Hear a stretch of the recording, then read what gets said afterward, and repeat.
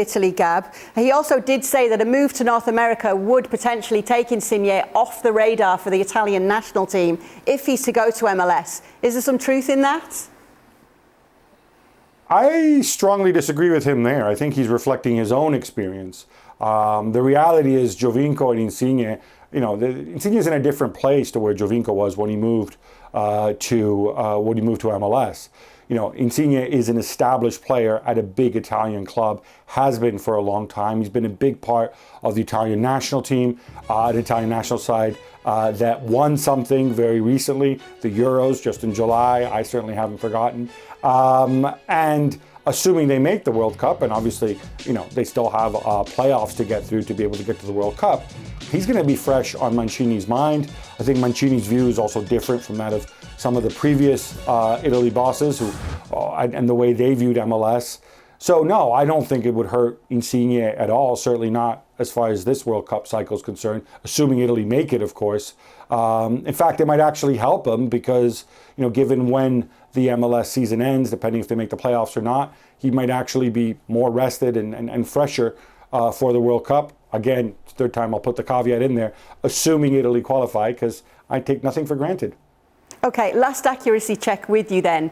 Has there been a misunderstanding due to the tax structure here on the figures that we're hearing of Insigne coming over to North America?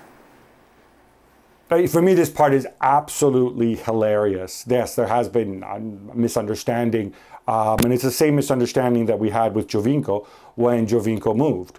In Italy, it's customary when we talk about players' wages, we talk about them in net terms. That means after-tax terms. That means what is actually in your paycheck when you go home. In the US, in England, elsewhere, they do it in gross terms. How much are you costing your employer?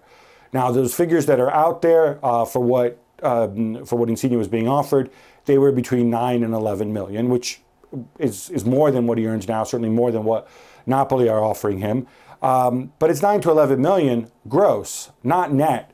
In Italy, those figures have been reported by some media outlets as net. And so all of a sudden, they're like, oh my goodness, he's making crazy money. He's making more than by far more than any other player in Serie A. He'd be a fool to say no. Well, the reality is those figures are gross. And Giovinco joked about it as well. He said, when I went over, I read about the money that I was going to earn. And then I got to Canada and I found out that the figure was gross. And I had to go and give nearly half my salary to the tax man. So apparently he was unaware of this too, but which doesn't necessarily reflect great on him. But yeah, no, these figures are gross figures, not net. Captain of Napoli, though, Gab, what's been made of it and all these rumours back in Italy? Inevitably, I think Napoli fans, it would be a huge blow for him. He's not just Napoli's captain. He's from Naples.